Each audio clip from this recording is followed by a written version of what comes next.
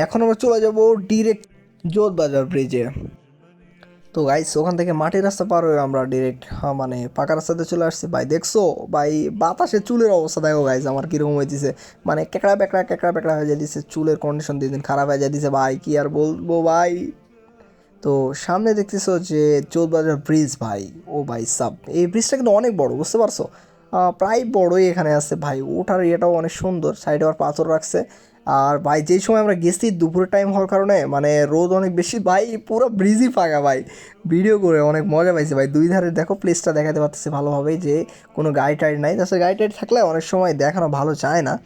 তো গাইস ও ভাই সাব ভিউটা জোস গাইস, দেখছো এই এই যে ফকির নদী দেখালাম না, এই নদী থেকে কিন্তু একটা শাখা হয়ে বের হয়ে চলে গেছে, যে পাতে চলমে যাওয়া যায়। আর এই ব্রিজ পার হয়ে 10 থেকে 15 কিলো বা তার বেশি হতে পারে হাসাই গাড়ি বিলে যাওয়া যায়। তোমরা যারা ঘুরছো তারা তারা বলতে পারবা।